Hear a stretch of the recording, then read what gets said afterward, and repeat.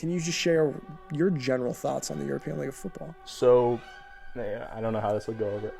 Wow, Antonio Brown, which how was that? How was Antonio Brown? When you're with him, Yeah. he's cool. Yeah. When you're not with him, you don't exist. I don't know if I should tell this story, but I'm already too deep in now, so Okay. So we kind of lost some guys before that. Just some things off the field happened. Yeah. Something cool about Stefan Diggs is he warms up with a basketball. Really? Because when he's like getting off the line and stuff, it's like a crossover. Hello, everybody. Welcome back to the Imported Podcast, Season 2 of the show. And to kick off Season 2, we've got a very special guest, Conor Miller. The Florida native is a veteran in the European football world. After playing Division I football at Florida Atlantic University, he brought his talents to Europe, playing for the Cologne Crocodiles of the German Football League, the Graz Giants of the Austrian Football League, Flash de la Counerve in France, and both the Leipzig Kings and the Barcelona Dragons in the ELF. This year, he is headed to Unicorn Town. He is going to be the starting quarterback for my old team, the Schwabisch Hall Unicorns. We sat down here in Schwabisch Hall for an awesome conversation about football in Europe. Now, I'm happy to say that Season 2 of the Imported Podcast is sponsored by my app that I've been making with my brother, Quiver. Quiver is a simple social media app that asks you one question a day. You can't see other people's answers to the prompt until you answer the prompt yourself. Once you answer, you enter into the timeline where you can see other people's answers and interact with them. 24 hours later, there's a new prompt and a new conversation.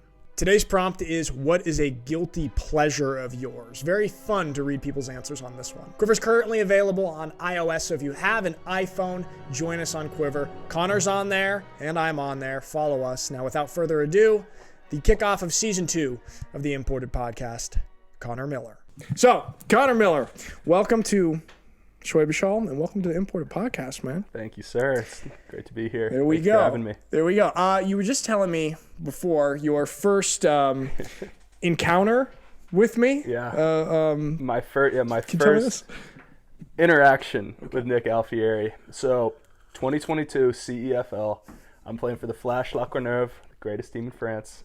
We're playing Schwabisch Hall in the CEFL.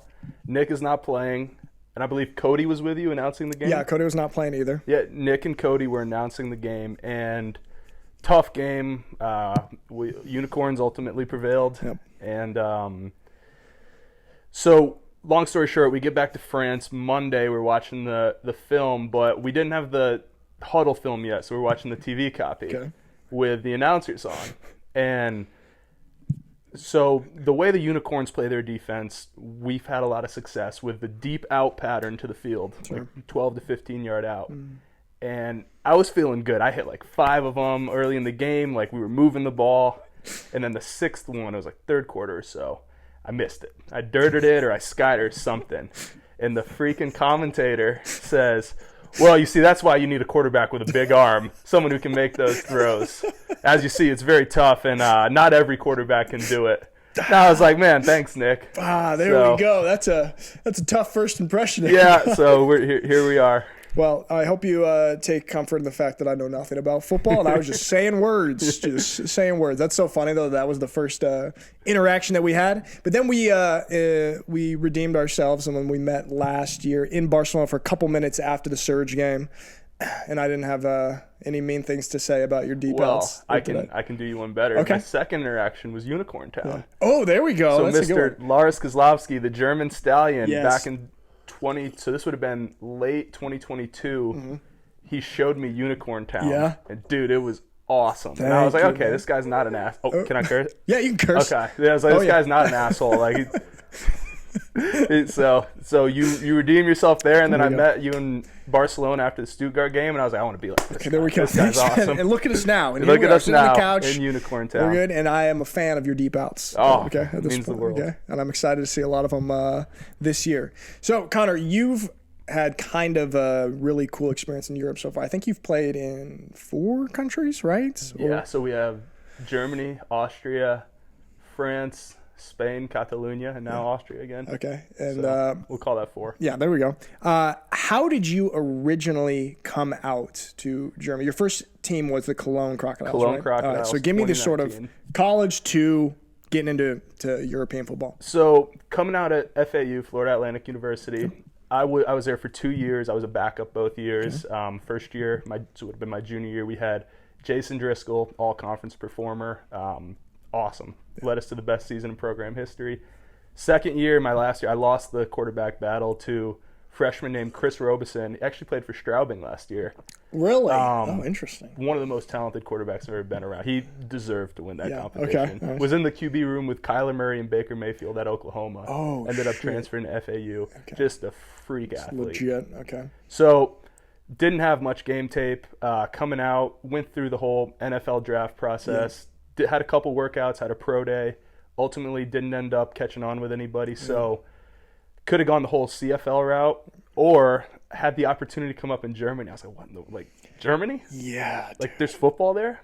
I remember that was my exact first reaction when getting introduced to it. And then I'm like, okay, so like when would I go? Like October, September? They're like next week. Yeah. And I'm like, oh, because so this would have been May. So they were already in like week 3 by that point. Right. Mm-hmm. So I came in, it was like week 3, week 4. I had no idea what I was getting into. And I will say, I was the stereotypical shithead American. Yeah, first year import. Dude, I was the worst. Yeah. Like, this is so embarrassing to tell this story now.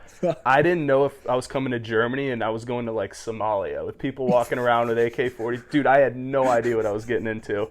So I get off the plane and meet my teammates. I'm like, man, so like, how many of these people have guns? And they're like, oh no, bro, like, this is not Broward County anymore. Like, this is not Florida. Yeah.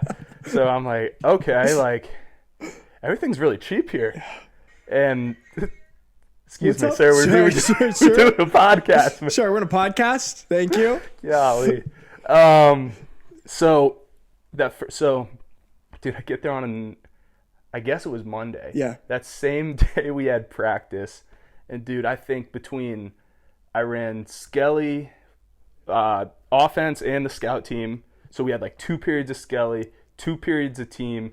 I think I threw like 80 balls that practice. And I was just like, what in the world? And you're right off the plane, basically, dude, right? like right off the plane. Yeah. My first time ever out of the U.S. besides the Bahamas. Yeah. So really my first time like out of the country, excuse me. And so I'm like, what on earth did I get myself into? And so that weekend, we're playing the mighty Dresden Monarchs, A.J. Wentland and those guys. And, dude, like, I was at jet lag for like 3 weeks. Oh, tell me about it. So the night before the game, I remember the NBA playoffs were on. Yeah. And I couldn't fall asleep. So I'm like, fuck it, I'm going to turn on the basketball game. And, dude, I didn't fall asleep till like 5 or 6 a.m. And I think it was like a 2 o'clock kickoff. So I got like 3 hours of sleep. Like I woke up and it's like, oh my God. And go out to the game. Like everything's moving it seems like the defense is moving a million miles an hour and the offense is moving in slow motion. Bro. So I'm like, dude, I got the crap kicked out of me. Yeah. Like I'm like the first 3 plays of AJ's highlight tape. He'll post it from time to time, AJ, and I know you will. He'll post it like once a month or so, just the 3 sacks and laying me out. I think I've probably seen those. Oh, I'm sure like all of Europe has seen it. Yep. But like, dude, I'm like talking to him during the game. I'm expecting him to shit talk me. He's like, man, so where you from? Yeah. How you like in Germany? I'm like, what on earth, dude? So different. Man, so we get shut out that game. Yeah. And I'm like, I ended up like, I got a little nick in my shoulder. I thought I broke my collarbone. So this is Sunday, so I'm 6 days in Germany. I'm in the hospital with my OC waiting to like get an X-ray. Nothing was broken. It was just it was like a minor AC sprain. Okay. So shot me up. I played a few more games. We got things turned around, like, had some success. We're playing Kiel, Baltic Hurricanes in Cologne. We call QB draw, don't block the zero tech. And like I get like 2 guys, like the ref's not blowing the whistle. When the pile's up, ref didn't blow the whistle. I get slammed down on my shoulder and I just hear a pop. And I'm like, oh no. So go off the field and I knew I was done at that point. So that was my first experience in Germany. What was that injury? It was a grade 2 AC sprain. Damn, thankfully. So you were just done. You had kind of a rough first stint in European football. But like, dude, I deserved it. Yeah. I was what every team fears they're getting when they bring over a first-year college kid. Yep. Like, dude, like you're gonna laugh when I tell you. I was telling like people ask, oh, what do you think about Germany? I'm here to get to the NFL. Yeah. Oh, yeah. Mm-hmm. So like I was that guy, dude. Uh-huh. So it's like I'd love to go back and just smack that kid in the face. Yeah, like, man. But look how far you've come now. This is what we kind of talk about a lot. Is that basically when teams bring over new guys from the States, it's kind of a toss-up of if they'll fit, if they'll stick, and if they'll be able to adapt to European ball. But obviously you have now that you've like been all over and had experiences with many teams. So do you feel like you kind of then, I mean, you must have developed as an import, not even necessarily as a football player, but as an import personality in these coming recent years? So that was 2019. Okay. I ended up, the Crocodiles treated me very well. Mm-hmm. Like they, rest in peace, Cologne Crocodiles. RIP. They wanted to keep me here. They would have paid me, but I was like, I want to go back home, do my rehab with my trainers at FAU. Because, just coming from there, it'd been months. So I was like, I'd go do rehab with Adam. Shout out Adam, love you. Trainer at FAU. There we go. And did my rehab there. Then 2020, I was like, forget that. I'm not going back to Europe. So I was going to try the CFL route. And 2020 happens. There is no CFL. There's no Europe. Yep. So I'm working an office job. Well, kind of a hybrid time during COVID. Yeah. So for one of my buddy's dad's companies. Okay. And, we're building up the company, doing well. But, like, in my heart, I'm like, I'm a quarterback, man. Yeah. Like, I can't be sitting in an office. So I would have been, like, 24, 25 at this time. Yeah, true. So I was like, man, I have my whole life if I want to work. Like, I got to get back and play ball. So 2020 happens. Dude, I'm just training. Like, in Florida, we had no COVID. Oh, yeah. So, like, dude, we're yeah, exactly. We're 6 a.m. in the gym every morning. Like, it was kind of optional if you wanted to come into the office. Yeah. But, like I said, it was my buddy's dad's company. So it was one of my best friends and, like, a couple other guys. Like, hey, you want to go in? Like, shit, yeah, go in, throw in a basketball jersey. And we just go in, and there's no, like, adults. Yeah. So we were just working, getting stuff done. Like, I'd be in the gym at 6 with my buddy owns a training company, GoFit. Shout Jaime, love you. So we'd be lifting at 6, we'd go into work, and then we'd go on to the field after and throw routes and stuff. And so, like, dude, I got so much better. And, like, so many NFL guys were in South Florida at that time. Oh, yeah, you probably. So, like, dude, I was working with, like, Stephon Diggs, Jerry Jeudy. You're not going to watch this. You got way better stuff to do. But love you, Jew. Elijah Moore, Zay Flowers. Like, damn, dude, so you were throwing with all these dudes? Yeah. Wow, Antonio Brown, how was that? How was Antonio Brown? When you're with him, he's cool. Yeah. When you're not with him, you don't exist. Man, so, like, he's the kind, like, I don't know if I should tell this story, but I'm already too deep in now, so fuck it. Okay. So we like. I mean, Tony's not exactly crystal clean reputation at this point. He's all right. He'll be all right. So, so it was one day, we were supposed to throw at, like, 4. Dude, maybe it was 3. 3 or 4. So I left work early. I was like, man, like, I'm there early. I'm going to warm up. I'll be ready. Like, I'm gonna ball out today. So 4 o'clock comes. He's not there. 4:30 comes. Like, I'm texting his trainer, like, hey, where are you guys? He's like, oh, yeah, we about to leave now. So he had his own gym. It was, like, 20 minutes away from the from the field where we always threw at. Text him, where you at? Not there. 5 o'clock comes. Text him again. Like, oh, we leaving soon. I'm like, oh, shit. So it gets like 5:30, 5:45. I FaceTime Tony. Yeah. I'm like, yo, where are you? I can see him, like, shirt off, and he's still in his gym. He's like, hey, yo, Con, I don't think I'm finna make it out there today, man. Come up to the gym, though. Come up to the gym, though. Let's get a lift. I'm like, all right, like, whatever. We'll get a lift. So I get to the gym, and I open the door, and I'm just, like, slapped in the face with the smell of ganj. Oh, shit. So, there we go. So, like, there's the gym downstairs, and then, like, the area upstairs. And his trainer's down there, and I walk in, I'm like, yo, Con, what's up, man? Like, trying to keep my attention down there. Damn. And I see Tony's up top. He's like, yo, and I'm not gonna get into detail, but there was also a young lady up there. Yeah, okay, and nice. So I'm like, all right, like, he's like, hey, like, his trainer's like, let's just warm up, and you know, he'll come down soon. Yeah. I'm like, all right, cool. So warm up for like 20, 25 minutes. And then like I look up and the young lady is now like giving him a foot massage. So I'm like, man, this guy's like, hey, I'm like, hey, tell him I'm gonna start my lift. Yeah. I'll be right there. So I go through, get my whole lift and everything, and like now now I can tell he's like getting ready to make beats or like rap on the track or something. So I'm like, Tony, guess you're not making it. Guess you're not lifting today. No, not today, but tomorrow I promise we're gonna throw. And we didn't throw. Did you? We did not throw. That is a perfect Antonio Brown story right there. Yeah, it was. Damn, man. I will say the best receiver I've ever thrown to. Yeah, how was he? Dude, just like football smarts off the chart. Like he can, like you say, like, all right, run a glance route. He can explain the way he's going to run that glance route based on like how the defense is set up, how the coverage is, and you know, he'll be like, it was week 4, 2016 against the Patriots. This was Devin McCourty rolled down this way, or this I did this and this, and Ben hit me here. It's like, all right, cool. And it like everything, he does everything the exact way, like it comes out. Savant, basically. Dude, great hands, like just insane routes. Yeah. Great work ethic. How is that for you as a quarterback to be able to like, or have had the experience of training with these just elite? I mean, we're talking some of the best receivers in the world. It's awesome. It's so cool. And like I was telling the guys yesterday, when I was out there with Diggs. So I was, we finished the workout with go balls. Okay. And I was like, I'm going to overthrow him. Yeah. Like, just so I can come on Nick's podcast and say I overthrew Stephon Diggs. Let's go. So, but just like things like that, and just like the way, something cool about Stephon Diggs is he warms up with a basketball. Really? Because when he's like getting off the line and stuff, it's like a crossover.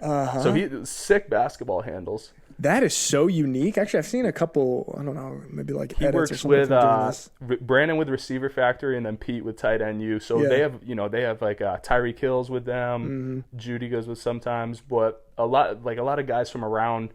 I think Justin Jefferson goes out there with them, but that's kind of like they teach like route running is kind of like basketball. Yeah, like getting open, getting off the line, and things like that. So just kind of seeing the way like different people do things. And I'll never forget, like during COVID when I worked with Gold Feet Global, my 2 like main receivers were Elijah Moore and Zay Flowers. Damn, man. And so we'd have like 2-on-3 drills going, like half scale.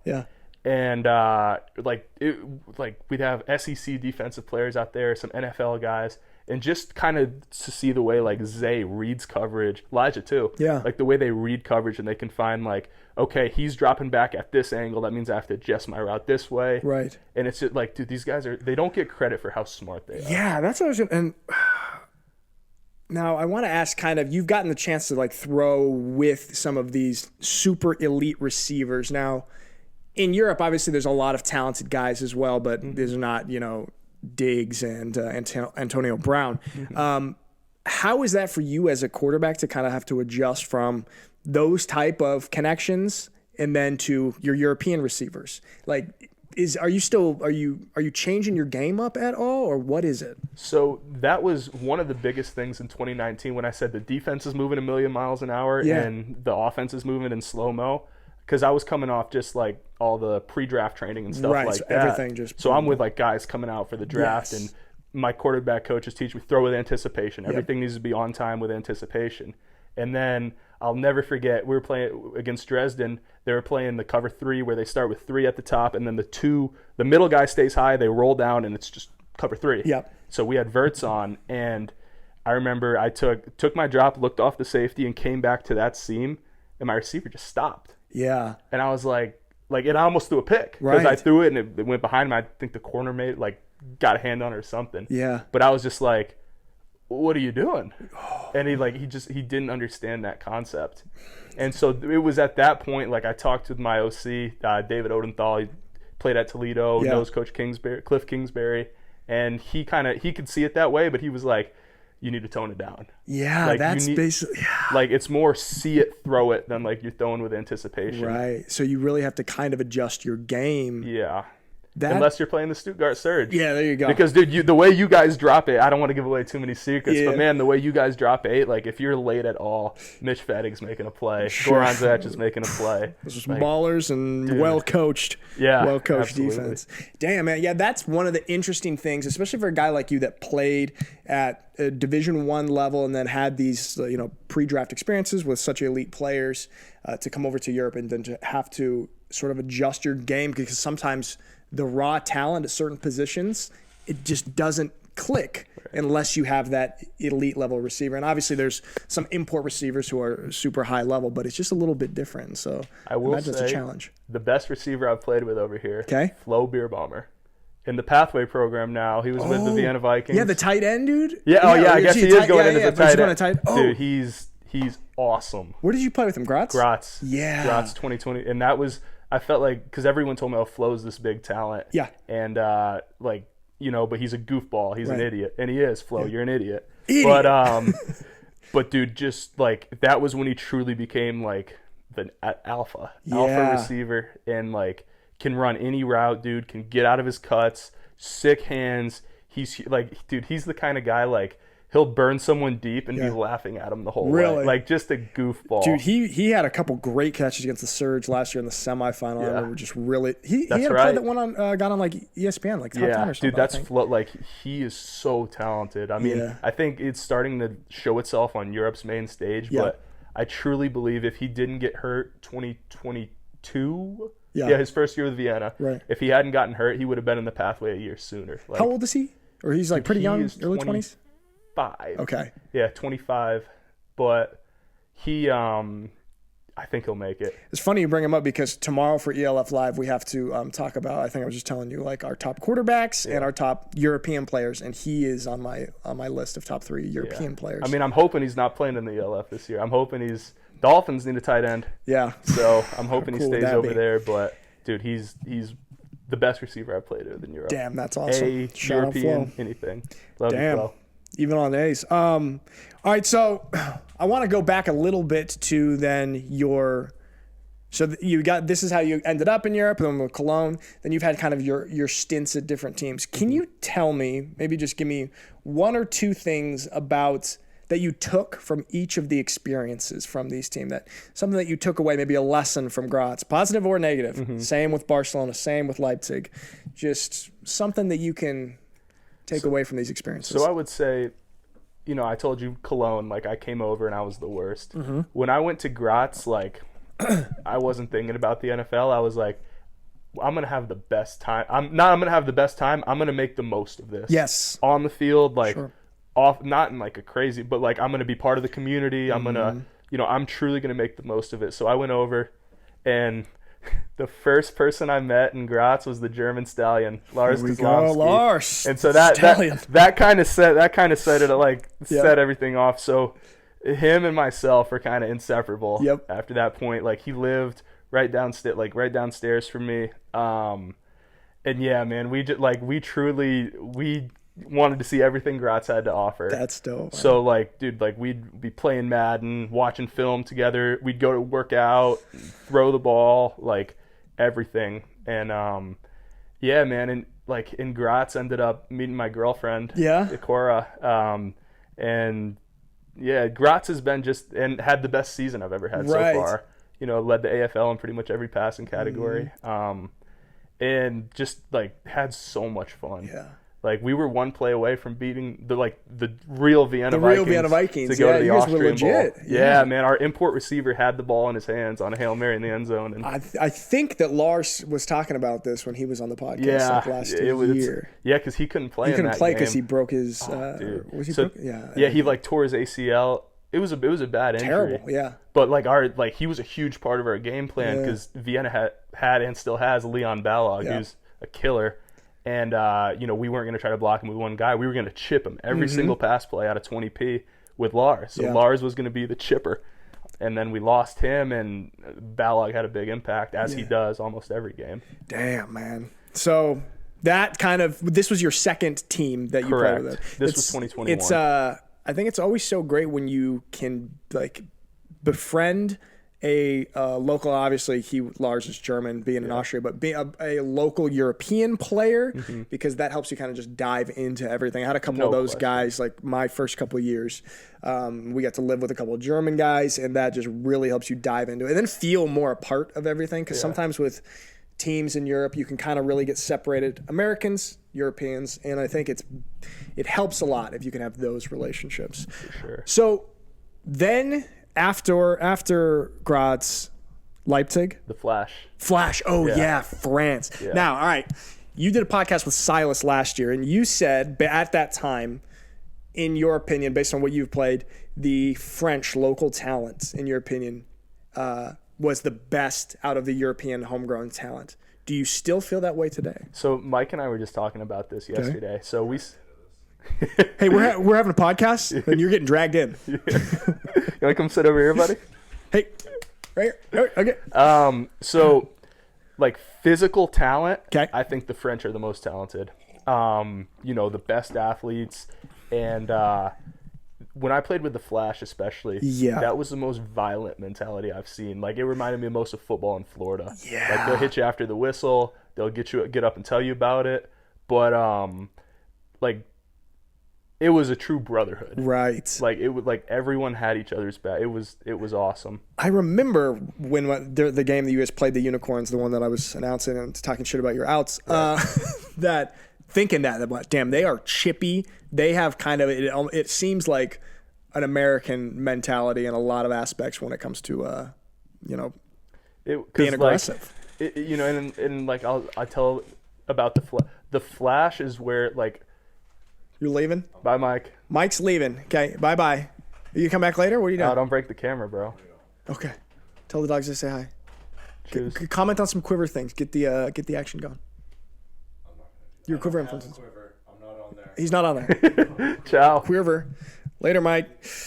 Hit me up if you need anything. Excuse me. Text me afterwards. I can come pick you up. How long's he? You're sweet, sweet. I actually don't have the car right now, because I kicked Laura out. Are you going to leave? What? Yeah, I will leave this on. Leave it in. Sure. This is an authentic podcast. So I don't have the car right now, so you might have to come back and get Connor. Bye, Mike G. I will do that. See you, brother. Love you. Say it back. What are you doing? No, it's fine. You've totally just interrupted the flow of this podcast. Man, the flow. French guys are pretty good. French guys are good. This is a great podcast, by the way. This is this is as real as it gets. This is a great one. So the French, we were talking about that local talent. Man, what were you saying? Were you saying? So I was saying, like, just my experience with the Flash. Like, I would say it's not for everybody. Yeah. Like from an organizational standpoint, they've treated me by far the best of any organization. Really? Yeah, because it's like sometimes when you need things in European football. It's like it can be like pulling teeth, and it's like you're fighting against someone. Like the best example I can give was Bruno, the general manager. Myself and Ryan, the other American, we asked him, we're like, "Hey, does anyone in the organization have a TV? Like, we'd like to have a TV, plug the PlayStation in, whatever." And he's like, I'll figure it out. Don't worry." And the next day he calls us. He's like, "Hey, are you guys home?" And we're like, "Yeah, what's up?" He's like, "Okay, the delivery guy is here with your TVs." And he ordered us 2 like flat screen HD TVs. Damn, just man. like things like that to make sure we had the best like when we played in Hall, we took the bus. My girlfriend flew in from Austria. She flew into Frankfurt. He drove himself to pick up my girlfriend at the airport and bring her to Hall. Man. Like, see, these kind of things. They went above and beyond to make sure. So, the Flash, like, if I had like my true fan, like that's my family. Yeah, the Flash is. Like I'll always bleed black and gold. That's cool, man, and to have that experience, and a lot of those guys now are playing for the Musketeers, right? Yeah, it's funny. You look at them, and most of the guys on the Musketeers, Mahungu, Waji, Amir, right, like have Flash like roots. Yeah, Idris, like most of those guys, like at some point in the youth or whenever played for the Flash. Yeah. So even Serge, you guys got Nicolas Kandar. True. He's a Flash product. You know why they got him? Because it was during a game against the Unicorns last year where he just went crazy. Yeah. And their European running back got injured and they needed a new one, so they got Kandar. And he's awesome, dude. It's so weird. He doesn't necessarily look so athletic or fast when he's running, but he He gains 10 yards every single time he touches the ball. It's crazy. He ran all over us in Barcelona. Yeah. But we're not the only ones. So he did it to everyone. Yeah, he's a great player. So after the Flash, this is where that was then 2021. That was 2022. 2022. Okay. Yeah. Then you had your stint in Leipzig. Then I had the stint in Leipzig, and that was an experience. An experience for sure. So they had reached out to me probably like a month before the end of the French season. Okay. We're like, yo, like, do you want to come play for us? Yeah. And I was like, yeah, I consider it after the French season, after the French championship. Yep. Like, we want to go. I want to go win with these guys. And they're like, okay, like, we'll wait. So I was like, okay, then I'm in, because I had a good relationship, Coach Armstrong, Coach Booker, and they had actually recruited me the year before when Birdsong went down. Oh yeah. But long story short, Birdsong ended up coming back, but Coach Armstrong handled, like, he called me and was like, hey man, look, think you're a great player, but I gave my word to Birdsong. I'm going to stick with him. And totally the right decision. Yeah. Like, Birdsong's a baller. Yeah. But I respected the way he handled that so much. I'm like, okay, now, like, I think he's an honorable man. I'd like to go play for him. Right. So, and this was all kind of a whirlwind. So, July 9th, we win the French championship in Tonon. Okay. And you can guess what that night is like. Dude, so July 10th, we're on a boat at like 10 a.m. in Lake Geneva. Oh shit! And like I had my Flash jersey on still, my medal. Like we were celebrating the championship. Mm-hmm. And by the way, the best part of this was the boat captain. He comes to pick us up. Like, he kind of looks at us. We're like, hey, like, what's up? Like, you speak English? Yeah. He's like, yes, I am a coach for the Tonon. Oh shit! Dude, so he knew you guys. So he was salty. Yeah, but he was cool. We had a great. Anyways, so we're on the boat until like, dude, we're on all day, like 4 p.m. or so. And I'm like, shit, like, I got to take a train back to Paris. I have a 7 a.m. flight the next day to Leipzig. Oh, shit. So, dude, so we get on the train to Paris. I knock right out. Yeah. Get back from, get to, I guess, Gare du Nord, take an Uber to the Neuf Trois. And then, like, I'm useless. I'm totally useless. Yeah. Like, my body hurts. Like, this is like I've had some fun. Yeah. I'm like, how many hours after the game? Like 24 hours? Or yeah, basically? Probably so. About 24 hours. My girlfriend packs up my whole apartment. Like, dude, so you're moving out, right? That's moving stressful, out, man. Like, she's up until like 3. Cora, you're the best. Yeah. So she packs it up, dude. She drags my useless ass to the airport that next morning. And, like, I put on my suit and I arrive in Leipzig and, like, here's your new QB. And I'm just, like, put on my best face. And, like, that whole week in Leipzig, I'm looking at all my teammates' Instagram stories of, like, everybody still has their jersey on the next still Wednesday. Celebrating everything. And I'm just like, oh, man, I wish I was there. Yeah. So that week, we play the Berlin Thunder. And this is coming off like 17 games with the Flash because we had CFL and the French League. Full season. And oh man, I met my good buddy Kyle Kitchens. Dude, I think I don't know how, I think I got sacked like 8 times. I don't remember, dude. Clearly I don't remember. And it was I don't think I've ever hurt so bad after a football game. That is brutal, man. Yeah. So how many games overall did you play for Leipzig? Dude, so 2 and then a quarter. I got hurt in like the first quarter against Hamburg. Yeah. So which would have been the third game I played in, but because we played Berlin and then we played Tyrol. Yeah. And it was like the next same story. They realized that they could drop 8 on us and get pressure with 3, so that wasn't a whole lot of fun. Shit. And then we get the Kasim Edebali Hamburg Sea Devils the next week.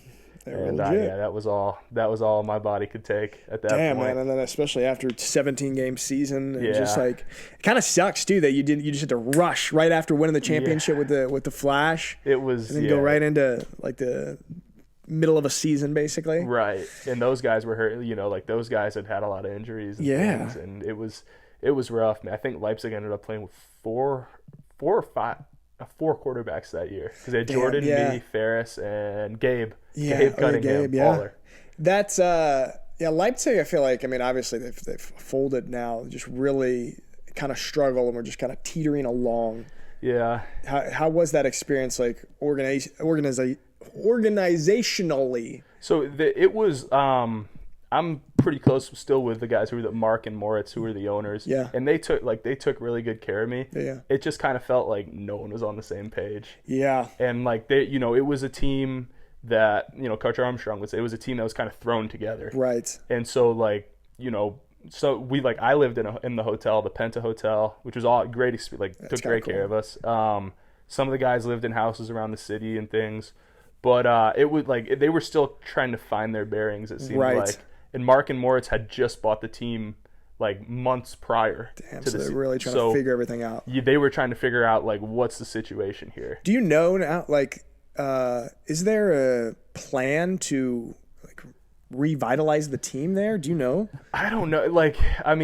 I've heard Commissioner Izume say we would like to have a team there next year, but I think what they planned on when they put that team there was getting a lot of the Dresden guys. True. And they didn't. The Dresden guys are not coming. They stayed loyal to the Monarchs, and or some of those Dresden guys go east out to Poland if they do leave to the ELF. Right. Which I didn't realize how far, because AJ obviously went right from Leipzig to Poland. I don't want to say the wrong distance, but I know it's very close. Yeah. Uh-huh. So it was a tough situation, and great fans. Yeah. They treated us very well, but it was interesting. Yeah, for sure. Just an experience. Yeah. An experience. Okay, another stop on the experience. Right. Then you head to stay in the ELF, and you go to Barcelona. Yeah. And this was last year. This is your most recent season. Talk to me a little bit about that, both on and off the field, and living in Barcelona. So, that was kind of a dream of mine. I had was to play for the Barcelona Dragons. Yeah. Growing up, when we would play the Madden games, and we'd pick NFL Europe teams, and I'd always pick Barcelona. Sick. And I'd love football, soccer. Yep. So whatever you call it, that's my team is FC Barcelona, and so it's a beach city Fort Lauderdale, Miami. So that was kind of and I like to speak Spanish, so it was kind of always where I wanted to be. Yeah. And so it was kind of a dream come true. And also my girlfriend was playing in Spain 2022 into 2023. Yeah. So it was perfect. So I would drive down and work out with Jordito Torre de Dia, and we'd train and kind of get ready. It just all it worked out really well leading up to the season. Yeah. And I think it was kind of well known that Barcelona was having financial troubles leading into that season. For sure. And was looking for outside investment, and there ended up coming a deal with new American investors, right, part owners, and quite frankly, from the very beginning, you could tell it was kind of the old regime and the new regime. Yeah. And it was a lot of colliding of heads. Yeah. And another thing I think that really impacted us was we had a really good training camp. The team was very close. We were, we're executing on offense and defense. Yep. Then the Madrid franchise gets announced. Yeah. And I feel at that moment, I don't want to say we split into two teams, but it was almost kind of the Madrid guys were hanging out with each other. The Catalan guys were hanging out with each other. And it was not for everyone, but for some guys, the attitude kind of seemed to be I'm going to play for Madrid next year anyways. You could feel that when it was announced. And to be honest, I don't, for example, if I was playing for a team in Jacksonville and they're opened up a team in Fort Lauderdale, I'd be dog, I'm going home, and I'm going to put on for my city. Right. And so you could kind of feel that, and it felt like the ownership management felt that too, right, and kind of looked for an opportunity to kind of get rid of those guys, because he could tell they weren't all in. Damn, that is interesting. I never even thought of that, because that was announced basically in the middle of this season, wasn't it? That was preseason. Right, preseason. That was before the first game, because I remember that practice had almost for me it had a somber tone, because I really wanted to stay and be the quarterback of the Dragons for 10 years. Yeah. I was all in. Cool. And I remember feeling that I was damn, we're going to lose half these guys. Yeah. You can't help but think most of these guys are going to be here next year. So sorry, keep going. As I said, that really for me, inside that really hurt. But at the same time, things kind of happen the way they happen. What an interesting thing to happen for a team. What percentage of guys on the team do you think were Madrid guys and who were kind of like, oh, I'm going to be heading to Madrid? So I would say there were probably, that's a good question. Out of, I guess what the roster would have been like 50 to 60 guys. Sure. There were probably 20, 25 of those guys were Madrid guys. So damn near half, basically. Yeah, so they're, in some capacity, and we had a couple coaches who came from the Madrid area. Yeah. So that, like, it was never like a black and white thing. Yeah. But you could almost kind of tell it's like you kick it with your people, I kick it with mine. That's very interesting, a very interesting dynamic. Now, I wouldn't have never thought of that, but it makes so much sense. Oh, damn. That's my ghost, the ghost that lives in this apartment. Ghost of Mike. Yeah, there we go. Damn, so that's pretty crazy. And then you guys you guys still, though, like the season wasn't a total shit show. Like we started off really well. Yeah. We started off really well, 1-2 in a row, and then we went to Tyrol, and we just quite frankly lost to a better team. I mean, it was Tyrol with Sandro in his first game, and they were humming at that time. And but we were, we still played a decent game. Yep. That was a really good team. So then we're going into Munich. We have Munich at home, and some things, we kind of lost some guys before that. Just some things off the field happened. Yeah. We don't show up against Munich. We don't show up to play against Munich. We get killed, and it was a tough situation because I guess I don't know the total logistics of it, but in the ownership kind of dynamic, it was agreed we were going to have to move. Yeah. So the whole team, or not the whole team, but 60-70% of the team lived in this awesome like vacation community. Okay. Probably like a 10-minute walk from the beach. Pools. I lived with Luke Glenna. Yeah. Like everyone kind of lived with their best friend. Yeah. And excuse me. And it was awesome. Everyone hung out together. Like I'd be like, yo, come up, eat dinner with us. That's such a good setup, man. So we found out during our bye week, after the Munich game, like they told everyone, like, hey guys, nobody's leaving during the bye week. And then we find out we have to move. That just sucks, man. To go from that type of living situation where you guys are all like together and you can all hang out, so good for team chemistry, also so good for your experience as an import, and then to have to do that, and then it's just, that's got to affect a lot of things. It was the team was having to rush to try to like find places, so most of the guys end up having to move about 20 minutes inland to a city called Reus, which was like where the Dragons had played the first 2 years at ELF. And, management did the best they could to find spots, but it's tough, man. It's tough finding short-term leases for guys. And so, there were situations where there were like 5-6 guys in an apartment, and, it felt like no one was happy with the situation. Yeah. Damn. So when that happened, man, we lost a lot of guys. Right. We some guys left. Some guys ended up getting cut because their attitude was carrying over into practice, and it was. I'm not going to say anyone is right or wrong, but it was tough, man. Like it's hard to blame anyone. That's just a shitty situation. That just kind of catalyst, and then it kind of all downhill, and it kind of snowballs, and then it just leaks into the team and everything. It felt like that point, and then I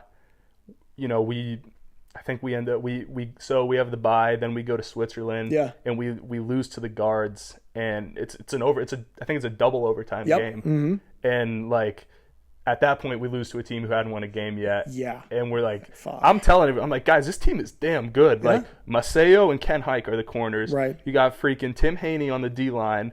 Their linebackers you had the linebacker from USC, J.R. Tavai. Like, this team is not a bad team. Silas is a baller. Silas is crazy. But so then, like, at that point, the morale had, like, we'd kind of lost everything. And then, like, I think it was the next week, they go and beat the Surge. Yes. So I'm telling you, that's not a bad team. Yeah, dude, they went on a little run there. Yeah, not to mention their coach is freaking Norm Chow. Yeah, exactly. A legend in football. Yeah, and so, but man, it seemed like after that point, like every week, just something completely fucked. Yeah. Excuse my language happened, Yeah. but like just this coach is gone. Like for example, we're driving to practice one day. I think it was after that game. Yeah. And Luke gets a call. He's like, okay. Hangs up. He's like, I don't have a safeties coach anymore. Damn. What happened? He it was a parting of ways with the organization. Oh, shit. So just kind of, philosophical differences, Right. things like that. And so it just like once a week, it seemed like something like that had happened. Like we ended up changing import receivers middle of the year. True. And like just every week was something new. And I think Theo, one of my best friends, Theo Landstrom, did the math. We had like 43 or 44 roster changes between players and coaches. He probably had the most in the league. Oh, I wonder if second place had half as much. But Damn, it was man. like, dude, and then by the end of the season, like we had gotten hit with so many injuries and so many, like we were playing guys who were in the Catalan League, which I guess is like the Regionalliga in Germany. Just pulling up to play ELF Yeah, football. we had like 2 or 3 tryouts during the year. Yeah. And man, like we found some diamonds in the rough. Like a player to watch is Alex Pacheco. Okay, he's Alex like a receiver, Pacheco. can play quarterback. Okay. Like he's a weapon. Like we Sweet. found him. He ended up unfortunately getting injured, but Is he playing for he'll be with the Dragons. the Dragons next year? Okay, cool. Young kid, I think 21 years Nice. old, but Okay. man, he's a dog. He's a competitor. So, but like other guys who were playing just 2-3 levels below, calling up into action. Like for example, our right tackle Alvaro, he was in the Catalan League, and it's like, all right, man, like come on up. You got to block Johannes Zierengibel in Munich. Man. It's like when you're coming up from those like kind of more, I guess I'll call them developmental type Right. leagues, coming right up to playing in the same league as the Rhine Fire, and it's just like that's a big jump. That's Right. tough. Do you feel like, I don't know, do you feel relieved at the end of the season then, just because it was such a kind of mess? Like, so I'm not like a writer guy. I'm Yeah. from Florida. I'm not very deep. Yeah. But I kept a Shout out journal last Florida. year for some reason. Okay. Like Luke inspired me to do Yeah, it. nice. And I just like I went back and read through it after, and like every day I was like, I can't wait for this to be over. Wow, like man. next year, I don't care what level I'm playing. I need a good organization. I need Yes. stability. Like Well, that's kind of a perfect transition now then, because we are sitting here in small town Schwabisch Hall, Germany. Town. Yep, in Unicorn Town, as some call it. And so now this year you're going to be playing with the Schwabisch Hall Unicorns in the GFL. Talk to me a little bit about who recruited you. How'd you end up here? Was it a difficult decision? Just the entire process of how you ended up coming here to Schwabisch Hall. Yeah, so really, like I said, like after the season, so we played in Munich on September 3rd, Okay. and we got waxed. Yeah. Like we were just completely undermanned. Yeah. It was bad. And then Luke Glenn and I ended up like the 5th. We ended up leaving and going, Austria, Croatia, just a little adventure, kind of clear our minds for a little Yep. bit, and had talks about it and stuff, and what we would consider for next year, and like the thing I was just like, man, honestly, I have no idea. Yeah. I have no idea, but like I'll see what comes, and then kind of as the months went on, like I heard from 2 ELF teams. I'd say discussions got semi-serious. Yeah. But Are you comfortable saying which teams? out of respect to the guys they signed, I don't want to name Cool. them. Yep. But they were ultimately I decided to go in a different direction. So my final 5. I had an offer from Mexico. Oh, wow. which- For what is that, La Liga? What is- I think LFA or something. Yeah, okay. That's the legit. money over there is crazy. Like, what kind of monthly salaries are you getting over there? Dude, they're like in Mexico, the offer I got was going to pay me weekly what I would get in Europe monthly. Wow. So it was gonna it's be like legit, 4 times. Man. Yeah. But I mean, my life is over here. My girlfriend's Yeah. over here. I love being in Europe. It's great. So like, I ultimately wanted to stay over here. Yeah. So it's cool you got that offer, though. yeah, I was like, holy Yeah, crap. that's pretty man. cool. I was talking to my quarterback coach about it, and he was just like, what? Yeah.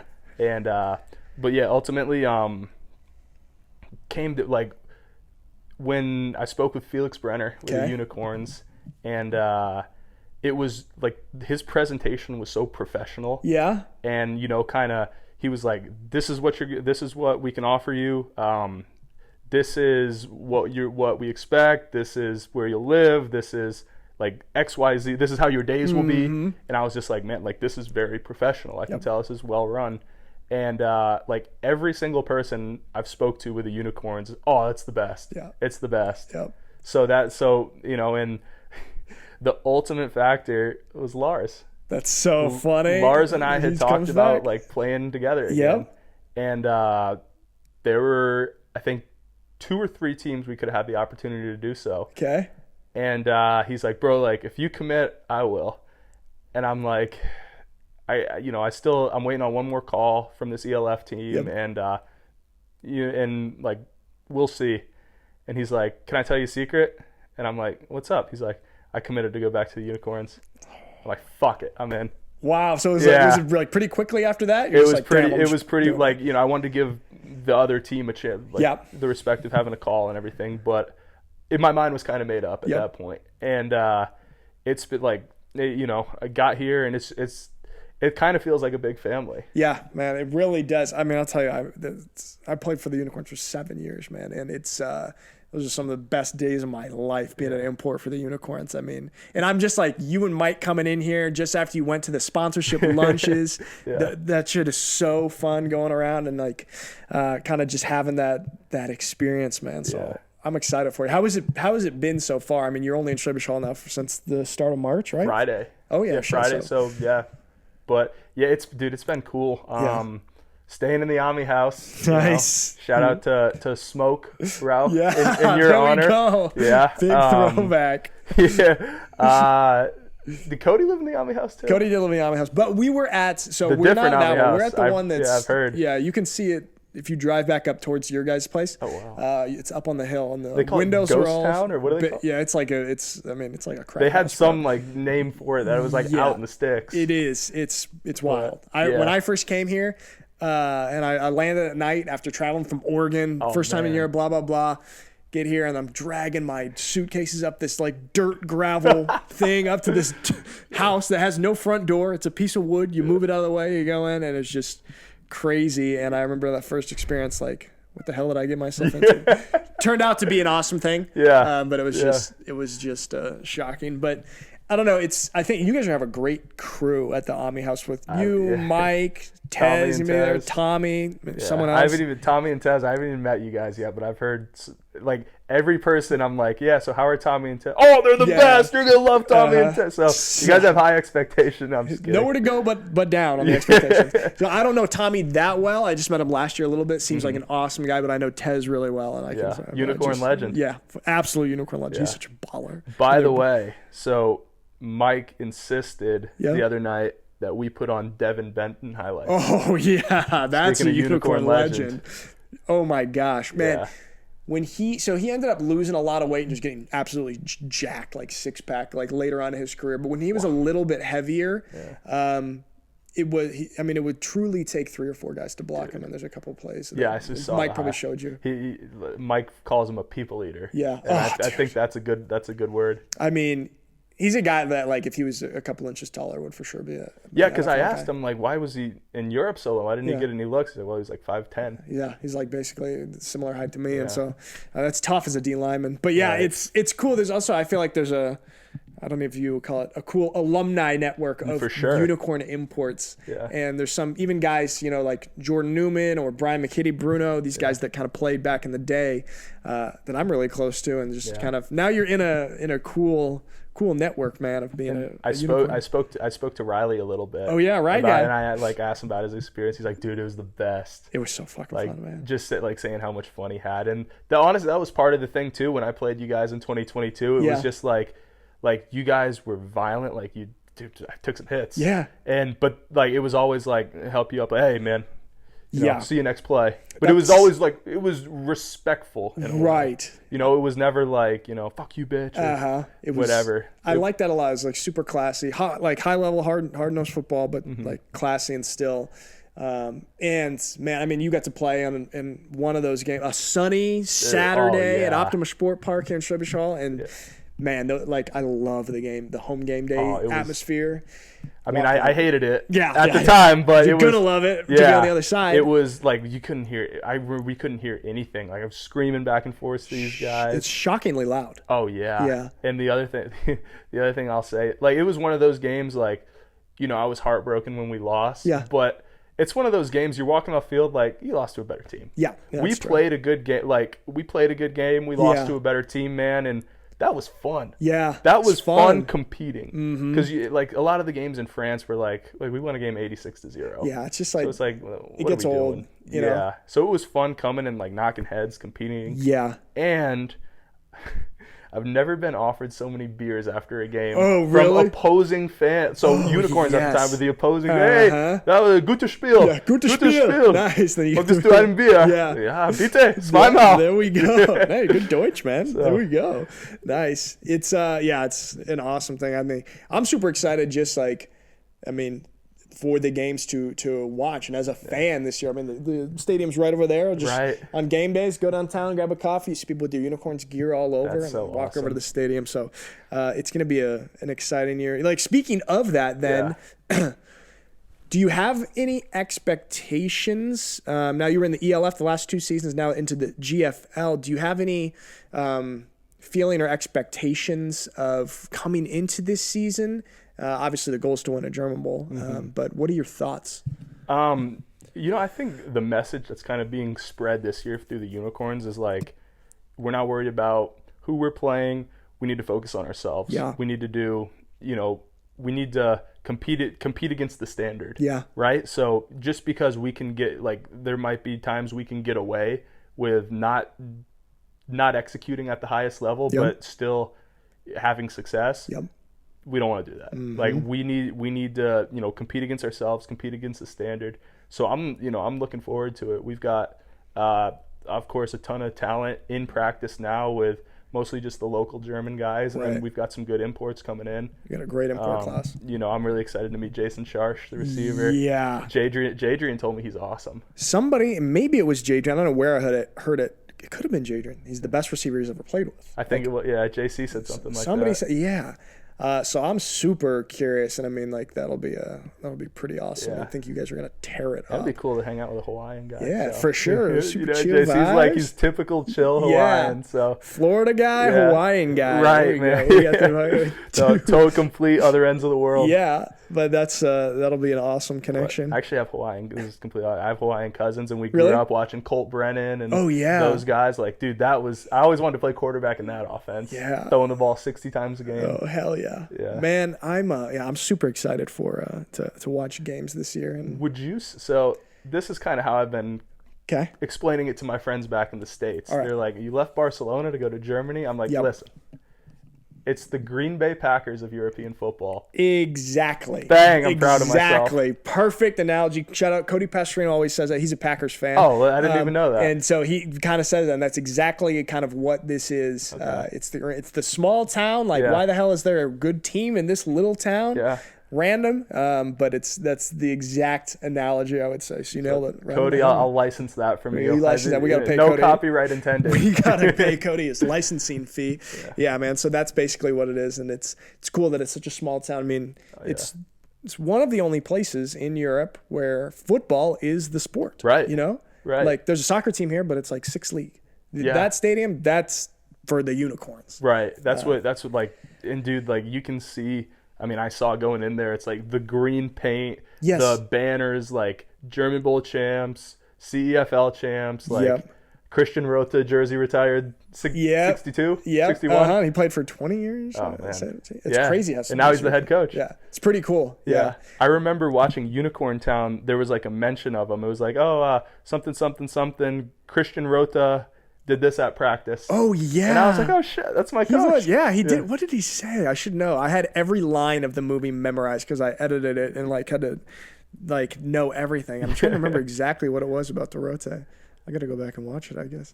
Yeah. But yeah, man, that's just it's exciting. I'm a little bit jealous that you're entering into it's just fun, man. It's just very, very fun. I'm excited. Spinning back a little bit, I just want to kind of get your broader thoughts on European, like the status of European football. Like you're obviously a veteran, you've had experience in many countries. What are your, let's say, general thoughts on the ELF? Because there are some people who were very pro ELF and some people who were anti-ELF. Can you just share your general thoughts on the European League of Football? So, I don't know how this will go over. I love the ELF. Yeah. I think it's an excellent idea. I think Commissioner Zume and the founding crew, for lack of a better word, having the foresight to kind of bring this along. I think, being able, my favorite part, beyond the obvious international competition and stuff, is that European players are getting paid. Exactly. Because, dude, they work just as hard as anyone. I have so much respect for European American football players. It's crazy. And, Conor Miller 2020 or 2019 when I came over being the prime example, we have no fucking idea how spoiled we are as Americans. Yeah, man. No idea. And, I have so much respect for those guys, and, I'm so happy for them being able to get more recognition for their time and their effort, and makes me so happy, and it gives them something to work towards, because so many people I've talked to have been I had to stop playing football at 24 years old because it was taken away from my job and I wasn't getting anything out of it. And I'm I hate that. This guy's a beast. I wish he was football. Still right. I agree with you 100%, man. There's just many stories now of European guys who have become professional. Obviously, you've got some of the homegrown guys who make a little bit of money, supplement their income, but you've also got a good chunk of guys that are now professional football players. I always think of Goran Zec from Serbia, and he started in the Serbian league, and then he came and played here in the GFL with the Unicorns, not making any money, and then when the ELF came along, he got the chance to become a full-time professional football player. And there just wasn't that opportunity before. So I am with you 100% on that. I am a fan. It's good football. Yeah. I was talking to someone about the other day, that Vienna Stuttgart semifinal, that's high level play, and specifically quarterback play. Riley and Chris were balling. It was so much fun. Luke and I watched it in Croatia. Did you? We were watching at some restaurant. We didn't want to get up because it was such a great game. It's a great game, man. Went down to the end. Oh man, and just so I'm trying to tell my American friends hey, you guys, it's the summer. I know you ain't watching baseball. Yes. So buy the Game Pass. For you, or I don't want to give away any tips, but however you need to make it happen, make it happen. Yep. Buy the Game Pass and tune in because it's good football. Bro. And this year I'll be watching. That's the thing. That's what I say. I feel like there is such an opportunity for, people in America, off season of NFL. Think about young college kids in the spring and summer, Saturday mornings. Yeah. Throw on a couple games, have some beers. Right. That's such a great activity and such a great product. And just like you said, man, it's high-level football. The marketing and media side of things is really, really good. No question. Which I think is super important because there is such a plethora of talented football players here. But you have to kind of package it and present it in a certain way. And I think that the ELF does a good job. And I'm honestly a huge fan as well. I bought the Game Pass before I got involved with the ELF at all. I bought the Game Pass and I'm watching 3 games on Saturdays, going to all the Surge games. It almost has an NFL feel to it. Did you see what happened in Stuttgart, Frankfurt the other day? Or Paris, Madrid, we will be saying next year. Yeah. So it's I don't they have a lot of detractors and they have a lot of but I think it's been a pioneering experience, and it's so freaking cool. If you, I would tell people our Barcelona schedule last year, we have we have Switzerland, and then we have Milano, and then we have Tyrol, Innsbruck, Austria, then we have Munich, then we have Stuttgart, Germany, then we have Paris, and it's everyone's oh, you got to be kidding me. So cool. It's for me, it's cool. I know everything's different, but some leagues that play in Montgomery, Alabama. Yeah, it's just or you could play in Paris, Milano, Barcelona, Madrid. That's, it's tough to beat. It's that was one of the cool things, especially, I mean, because that Central Conference last year, those teams, Stuttgart's away games were Milan, Paris, Barcelona, Zurich. And so it's really cool. I like what you said, that it's a pioneering thing, and I think it's very much needed. There's more football in Europe. There's more opportunities, and I'm just super excited to see where is it in 5-10 years if it can maintain itself. I think teams will come, teams will go. The natural growing pains, but I think once it becomes more established, I think it could really blow up. Like, you see so many new imports. Just kind of on another side, so many new Americans are finding out about it, and they're coming over. You're getting guys from Auburn, guys from different SEC, Big Ten schools, like bigger names. So just kind of increasing eyeballs on it and increasing notoriety. Like I said, man, I'm a fan. Yeah. Like when we're not playing, I'm gonna be watching. Yeah. And I mean, I know. Sure. I don't know who my favorite team is yet, so I'm accepting recruiting pitches on who my favorite team will be. To pick. But Madrid is the early front runner, just not Luke, though. Is it? Luke Glenna? Shout out Luke Glenna. Yeah, or not. He's yeah, I love you, Luke. He's a baller. I remember that at I think it was at Barcelona, Surge versus Barcelona, and I was on the sideline filming, and he just went crazy, just sideline to sideline, making such impressive tackles. I love good defensive play like that, and I just was really impressed with him. And do you know, I mean, you're close, was it difficult for him to decide to go to Madrid, or was he like, fuck yeah, that's... So... It was an interesting recruiting process for him. Okay. I don't want to say too much. I know he's very excited to go to Madrid. And has a great relationship with the coaches and the other guys there. I think it wasn't as difficult as it could have been. Yeah. I think it wasn't as difficult as it could have been. There were some things, just as his friend, like speaking for myself, not speaking for him. Yep. As his friend, there were some things that I think should have happened that didn't happen that were fucking bullshit. Yeah. And I'm looking for another great season from him. Oh, there we go. Yeah. What, can you elaborate at all on certain things that you think that should have happened? I just thought he garnered more respect after leading the league in tackles, finishing a top 3 MVP candidate, and some people who I thought had more respect for him turned out when it was nut crunching time, for lack of a better word, did not. Yeah. And so a lot of people had a lot of things to say about his decision to go to Madrid. And you don't know the full story.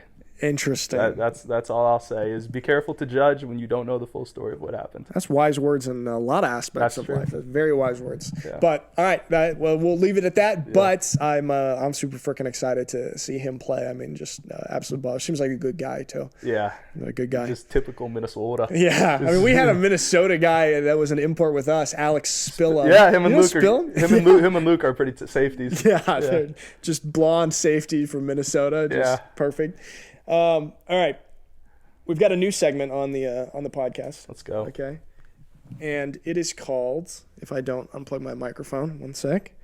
It's a new segment. It's a little bit of a sellout segment. It's called the Quiver Corner. Okay. Let's go. Okay. You're the first one that's getting it. Okay. All right. Mike's going to be jealous. Yeah, Mike's going to be really jealous. So for the people who don't know, Quiver is the newest, coolest social media out there. Follow me. Connor and I are both on. Connor's steadily rising. I'm close to the silver badge, I think. Oh, when you get a silver badge or a gold badge, you get so many more followers. That's crazy. Like people really just jump in. I'm super fired up. So for the people who don't know, Quiver asks you one question a day. You can't see other people's answers until you answer yourself. Now these, I'm going to just run through. This is a rapid fire. Okay. These are actually the questions that we had the past week. When I want to see if you actually have the same answer or a different answer, because I found that's pretty interesting. Like a lot of times we'll go back. Like we've repeated a couple questions from like 6 months ago when we were testing. Yeah. And it's interesting to see what I said then compared to what I say now. Sure. So we'll just see. All right. So We'll start off with with today's. What is something you consider old but gold? Mike Gentili. Yeah, that was good. That was your answer today, and that matches what you had. What is something you are procrastinating on? Yesterday, my answer was unpacking all my stuff. Okay, and did you? I did. So I guess I'm not procrastinating on it anymore. Okay. Today, my answer would be, this is kind of corny, picking an ELF team I'm going to be a fan of. Hey, there we go. That's great.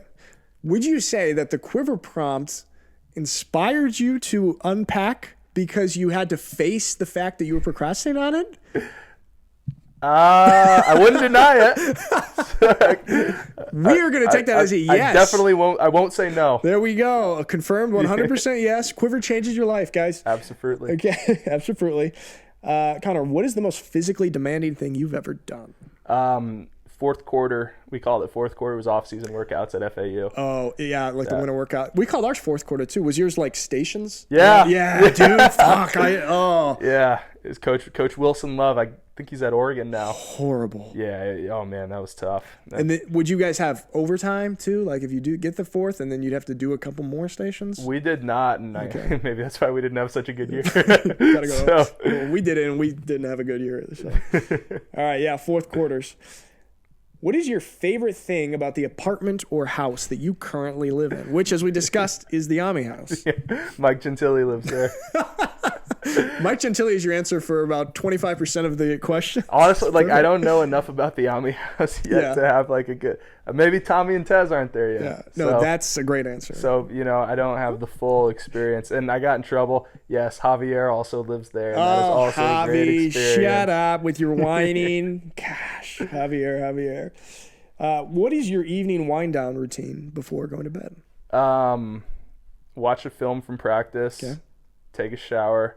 Probably should do those in inverse order. True. Eat dinner. Get my NBA bets in for the night. Nice.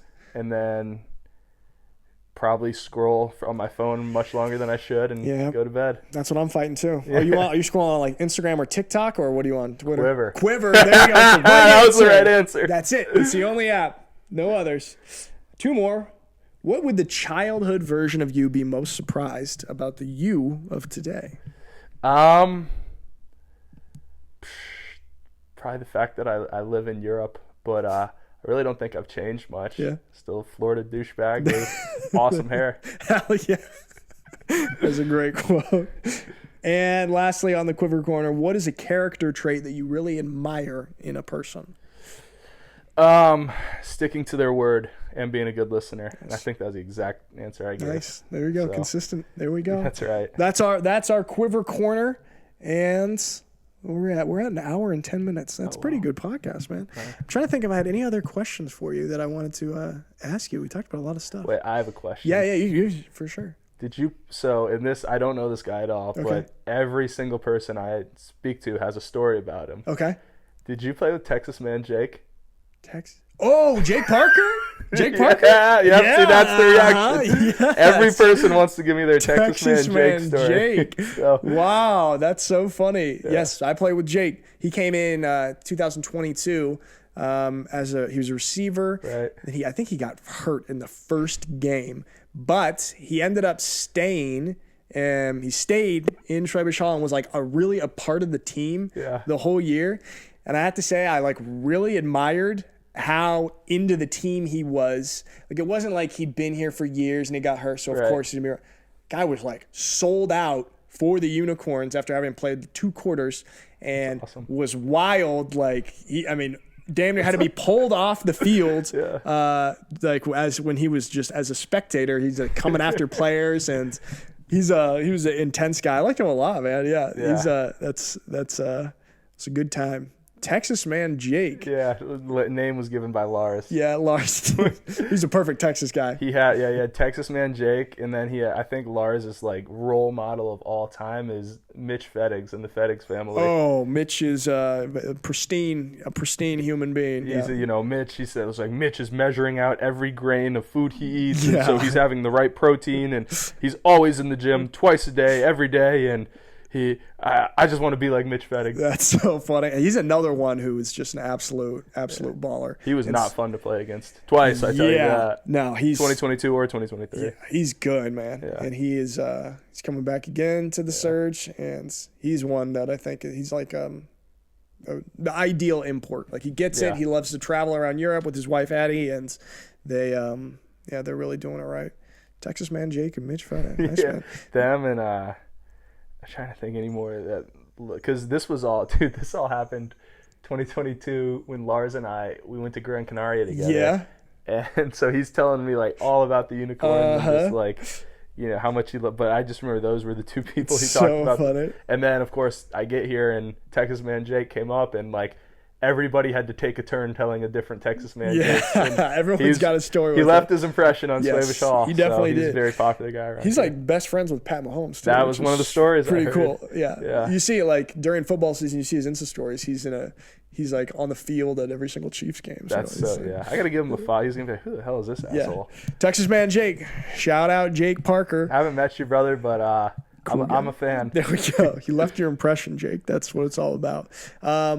Trying to think of anything. Oh, I did want to ask you. Let's go. Final question. Who are your top 3 quarterbacks playing in the ELF this year? Would like a quarterback's analysis of this. Dude, like, I mean, this is gonna sound cliche. I love to watch Riley play. Yeah. Like, I think Riley and I kind of play the position in similarly, whereas like about getting the ball out of your hands, making quick reads, but just like Riley, the accuracy and the efficiency with which he plays, like he's awesome. I'm gonna go off on a tangent. It's hard to narrow 3. I call Zach Edwards the Josh Allen of the ELF, just because like physically he can do things that I don't think many other guys can. True. Just like, you know, watching the way he gets himself out of stuff and can throw on the run, throw in the pocket. JC, I mean, Jadrian, it's hard to have a better season than he just had. Perfect season, damn near. So, I mean, you know, any top 3 list without him is just not valid. It's wrong. Yep. Yeah, exactly. All right, there we go. Chris Helbig is awesome. He's really good. He's a good guy, too. Yeah, he seems really cool. He played... So I guess legend has it he played hurt against the Surge in that semifinal game, and still like played out of his mind. He played for the Potsdam Royals in 2022. Yeah, when we ended up playing them in the German Bowl, and he was leading them just a crazy season, and he ended up getting hurt and couldn't play in the German Bowl, which sucked. Which I mean, I kind of wish that he did, because then it would have been like a real, more competitive game. So I kind of felt from there, but yeah, it's cool that he's kind of making a name for himself. And now going by to the Broncos. Way, looking like that stadium and playing in Frankfurt looked sick. It was so cool, dude. That looks so, because that's the same stadium the Dolphins. Yeah, they did the NFL game there. That looks so sick. Was that an awesome experience? It was really, really cool. It was really cool especially in like 2019, we had like a lot of fans, and then after COVID, everything kind of got like messed up, and so there was less fans, but it was still a really cool experience. I liked it a lot, man. It looks awesome. Yeah, man. There's a European football, man. It's fun. It's an awesome world. I could ask you a million more questions. We'll have to do this again. Yeah. Because I think that we could talk about European ball for forever, man. For sure. But for the sake of time, that'll be the wrap up of the first episode of season 2. Season 2 of the Imported Podcast. Conor Miller kicking off the season, man. Appreciate you coming on the show, man. brother. Thank you for having me. Hell yeah. Awesome. There we go. All right, guys. See ya. Cheers.